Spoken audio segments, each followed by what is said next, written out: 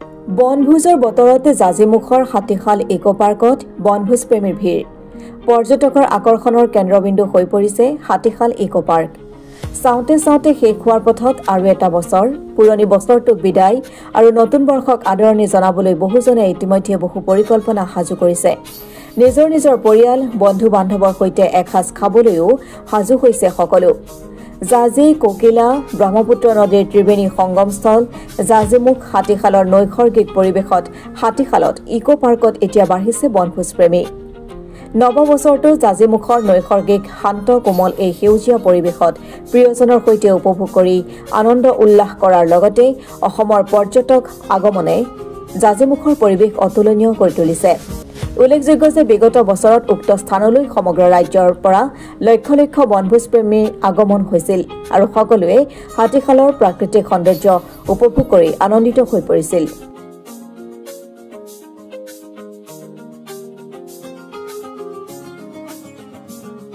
যথেষ্ট আমাক সহায় দিছে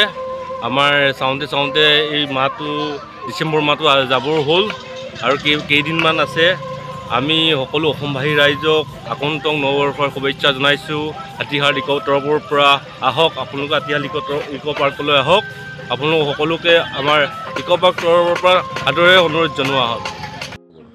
এইবাৰ আমি যথেষ্ট ৰাইজৰ সমাগম পাইছোঁ বিশেষকৈ স্কুলীয়া ছাত্ৰ ছাত্ৰীকে আদি কৰি দেশী বিদেশী পৰ্যটকে আমাৰ স্থান ভিৰ কৰিছেহি যিহেতু আচলতে বৰ্তমান হাতীহাল ইকো পাৰ্ক যোৰহাটৰে নহয় অসমৰ ভিতৰতে এটি স্থান হিচাপে পৰিগণিত হৈছে গতিকে মই সকলো ৰাইজকে আহ্বান জনাম যাতে আহক হাতীহাল ইকো পাৰ্কলৈ আৰু হাতীহাল ইকো পাৰ্কত আমি এইবাৰ দুটামান নতুন সংযোজন আচলতে কৰিছোঁ প্ৰথম আচলতে আমি সংযোজন কৰিছোঁ নৌকা বিহাৰৰ লগতে আচলতে ঘোঁৰা চালনাৰ লগতে আপোনালোকে পৌৰাণিক যিটো ৰজা মহাৰাজাসকলে ব্যৱহাৰ কৰিছিলে যুদ্ধক্ষেত্ৰ বা অহা যোৱাৰ ক্ষেত্ৰত ৰথৰ যিটো ব্যৱস্থা আছিলে সেই ব্যৱস্থাৰে আপোনালোকে আহিলে ইয়াত আপোনালোকে তাৰ এটা আমেজ ল'ব পাৰিব ৰথত উঠি আৰু লগতে মই আৰু এটা কথা আপোনালোকক কৈ ল'ব বিচাৰিছোঁ আপোনালোকে যদি হাতীহাল ইকো পাৰ্কলৈ আহে যোৰহাটৰ যিখন বৰ্তমান বিজ্ঞান মহাবিদ্যালয় তাৰ সন্মুখৰ যিটো ডাঙৰীয়া আলি আৰু বৰ্তমান যোৰহাট মাজুলী সংযোগী যি ৰাস্তা তাৰ সন্মুখৰ ৰাস্তাটোৰে আহিলেই আমাৰ এই হাতীহাল ইকো পাৰ্ক আপোনালোকে পাবহি লগতে লাডুগড় দিশৰ পৰা যদি আহে মইনাপৰীয়া হৈ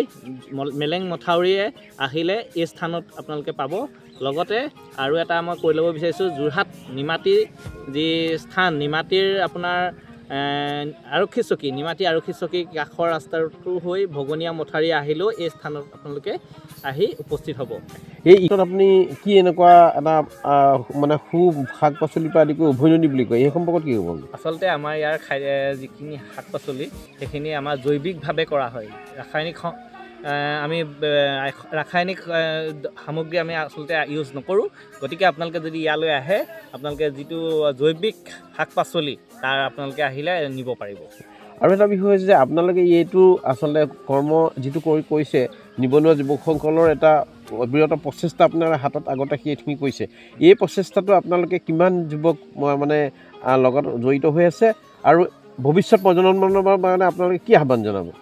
ইয়াত আমি আচলতে বৰ্তমান দেখা গৈছে আমাৰ নিবনুৱাসকল কৃষি কাৰ্যৰ প্ৰতি আচলতে আগ্ৰহী নহয় আমি তাৰ প্ৰতি আচলতে দৃষ্টি ৰাখি বৰ্তমান আমি মাটিমাহকে আদি কৰি বিভিন্ন ধৰণৰ খেতি আমাৰ ইয়াত আমি কৰিছোঁ লগতে আমাৰ স্থানীয় যিসকল ব্যক্তি তেওঁলোক আচলতে ইয়াৰ কৃষিৰ ওপৰত নিৰ্ভৰশীল গতিকে আমি এখন যাতে ইয়াত কিবা এটা কৰি বজাৰ এখন পাব পাৰি নেকি তাৰ আচলতে প্ৰচেষ্টা চলাই আছোঁ